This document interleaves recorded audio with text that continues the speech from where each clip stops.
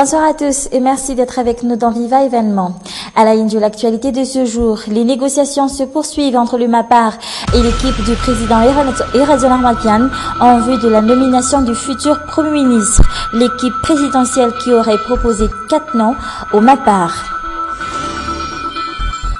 Fortement critiquée par Erazon Armakian en Conseil des ministres hier, Christine Razalamassou défend son élection à la tête de l'Assemblée nationale, élection en toute légalité selon ses explications. 37% des cas d'enfants portés disparus en 2013 ont travaillé comme domestiques et ont fui les violences de leurs patrons, un phénomène dont on parle peu à l'heure actuelle. Et dans les actualités internationales, l'Union européenne a gelé les avoirs de l'ex-président ukrainien Viktor Yanukovych. Un sommet extraordinaire de 28 dirigeants des pays européens a lieu à Bruxelles. Ils vont se pencher sur le cas de la Russie. Et enfin, le Venezuela a rompu ses relations politiques et diplomatiques et gelé ses relations commerciales avec le Panama. Confronté à un soulèvement populaire depuis un mois, Nicolás Maduro accuse ce pays de vouloir intervenir dans cette crise.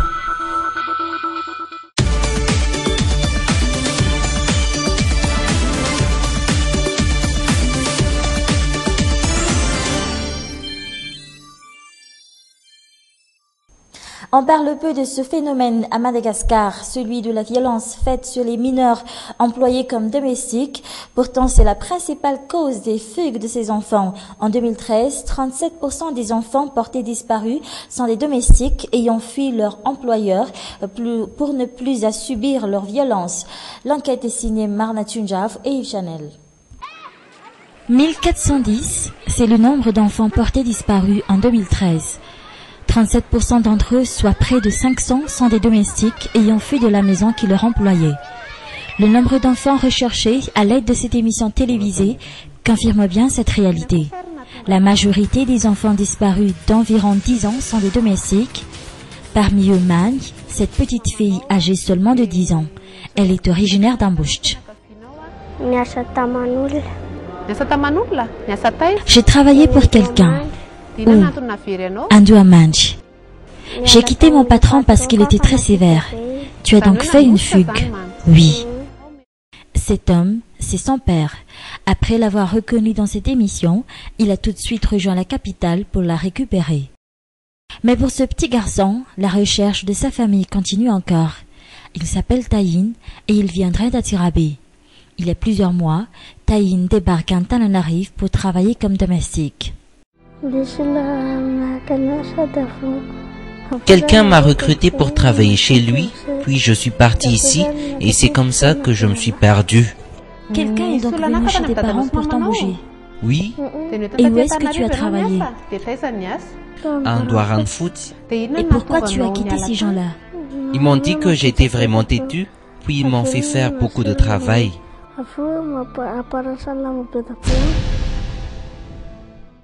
D'énormes tâches pour de si petits enfants, les coups et blessures ou encore le viol, ce sont les principales raisons des fugues des enfants de moins de 18 ans ayant travaillé comme domestiques, selon les résultats d'une enquête menée par un organisme œuvrant dans la lutte pour le respect des droits de l'homme. Parmi ces organismes, celle que nous avons surpris en train de remettre aux autorités un enfant perdu.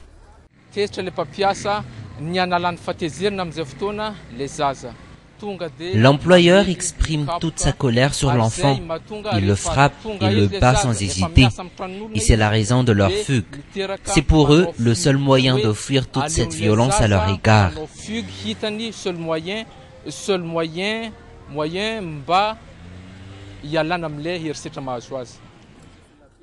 Ces excès de violence poussent aussi ces enfants disparus à faire des activités de survie. Malheureusement, ces activités se présentent souvent sous la forme de travail sexuel ou encore l'exploitation sexuelle. Afin de leur venir en aide, les travailleurs sociaux ne cessent de rappeler que tout enfant perdu doit immédiatement être remis à la police des mœurs, au centre d'urgence comme le BMH Issouch ou le SPDDS.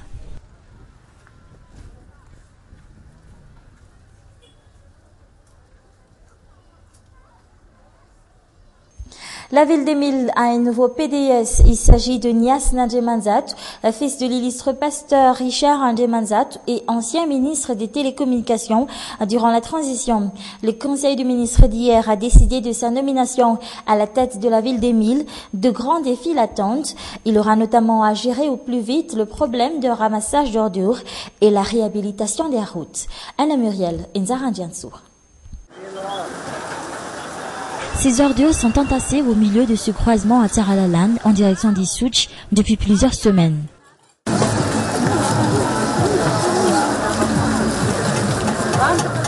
Le ramassage des ordures, un des grands défis qui attend le nouveau président de la délégation spéciale de la ville d'Emile. Depuis plusieurs mois, Antananarive croule sous les ordures. Les responsables près de la commune urbaine d'Antananarive doivent d'abord assainir la ville. Il faut toujours enlever toutes ces ordures. Ils devront les enlever tous les jours dès le matin. Ils devront poser des horaires tous les soirs et le matin, ils les ramassent. Comme ça, il n'y aura plus d'ordures. Ces ordures polluent l'air que nous respirons, surtout pour ceux qui travaillent juste à côté de ces ordures. Nous ne pouvons rien faire. Nous ne pouvons même pas les interpeller sur ce problème. On attend juste leur volonté de ramasser ces ordures qui sont là depuis 3 jours. Il n'y a aucun responsable pour gérer ces ordures. Le nouveau PDS entre également en fonction avec un dossier important, une urgence même, celui de la réhabilitation des routes de la capitale. À l'heure actuelle, presque tous les grands axes sont en très mauvais état. Autre défi pour Nias Ndjemanzat, la gestion des marchands ambulants. Jusqu'ici, aucun de ses prédécesseurs n'est arrivé à les dégager des trottoirs des centres-villes et les replacer dans d'autres endroits. En politique, les négociations se poursuivent entre le MAPAR et l'équipe présidentielle en vue de la nomination du futur Premier ministre. D'après Maharin et Jean de Dieu, 4 noms leur ont été proposés et le MAPAR serait pour l'instant en train d'étudier ces propositions. Écoutons les explications d'Augustin Djemananour au micro de Mambo Café Channel. Il importe maintenant aux députés de nous donner leurs impressions, parce que finalement, le MAPAR ne se limite pas simplement à une chambre d'enregistrement pour des idées. Donc on verra ce que ça va donner. Il peut y avoir aussi d'autres propositions. Et juste l'idée que le MAPAR intègre la PMP, ça en est où? Écoutez, officiellement, il n'y a pas encore eu d'accord entre le PMP et le MAPAR, mais je n'exclus pas des éventuelles négociations si c'est bien pour le pays, on verra. Après Adjaré Samp, secrétaire général de la présidence, et Hugues Radjonsson, directeur de cabinet d'Andjradjouil, Augustin Djemananour n'échappe pas aux séries de limogeage. Le conseil des ministres d'hier l'a suspendu de ses fonctions de directeur général de l'EMERT. Le conseil dirigé par Eradjon Armapian aurait également critiqué l'élection de Christine Razanamassou à la tête de l'Assemblée nationale et celle des membres du bureau permanent selon certaines indiscrétions. Mambao Café Channel. Les opérations de vote durant les élections du nouveau président de l'Assemblée nationale et des membres du bureau permanent font aujourd'hui l'objet de critiques de toutes parts. Après la plateforme pour la majorité présidentielle, la PMP, l'exécutif s'y met aussi. Critiques basées sur l'absence de règlement intérieur au sein de l'Assemblée nationale au moment des élections. Principale cible de ces critiques, Christine Razanamassou, la présidente de la Chambre basse, défend son élection à la tête de cette institution. Amin'ny fomba mampanao amin'itony anteny mera-pirenena tony fa izay fitsipika anatiny mahakasika ny fifidianana teo amin'ny Il est de coutume parlementaire de suivre le précédent règlement intérieur de l'ancienne législature pour procéder à ce genre d'élection, car ce règlement intérieur a déjà subi un contrôle de conformité à la Constitution et le droit parlementaire veut que l'ancien règlement intérieur soit utilisé pour cadrer l'élection des membres du bureau permanent durant la nouvelle législature.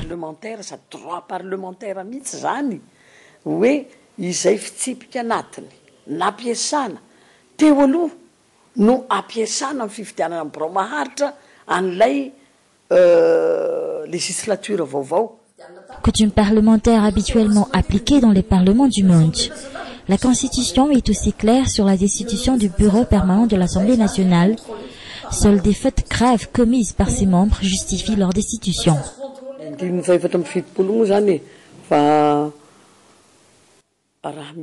L'article 74 de la Constitution énonce clairement que si le bureau permanent commet des fautes graves, on doit le destituer. Mais l'actuel bureau permanent n'a même pas entamé ses fonctions. J'estime qu'il n'y a pas lieu d'affirmer que le bureau permanent ait commis des fautes graves. L'objectif semble clair avec cette intention de destituer le bureau permanent de l'Assemblée nationale. Neutraliser le MAPAR qui rafle la majorité des sièges des présidents de commission au sein du bureau permanent. Un jeu politique malsain pour certains, mais bien calculé pour les détracteurs de la plateforme soutenant Antratswil.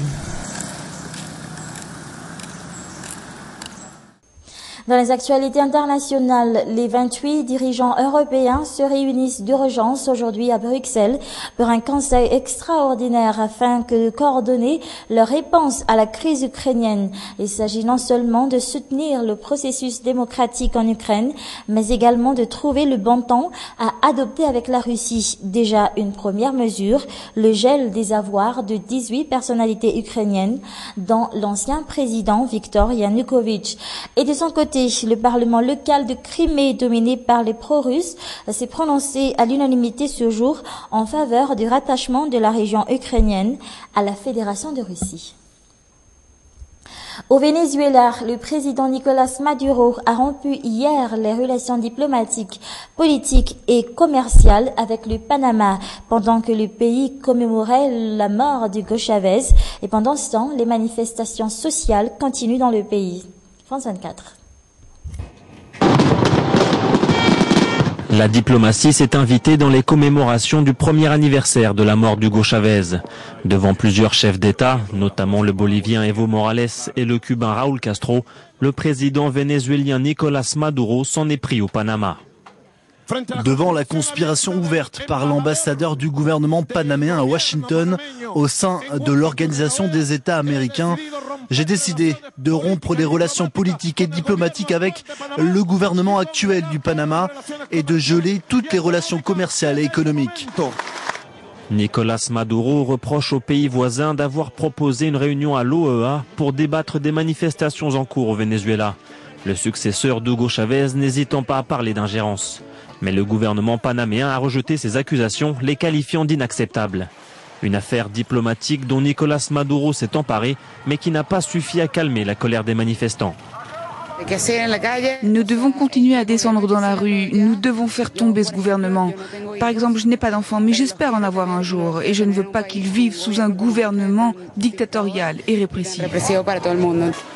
Depuis plus d'un mois maintenant, le pays est secoué par des manifestations étudiantes et de l'opposition contre le gouvernement Maduro.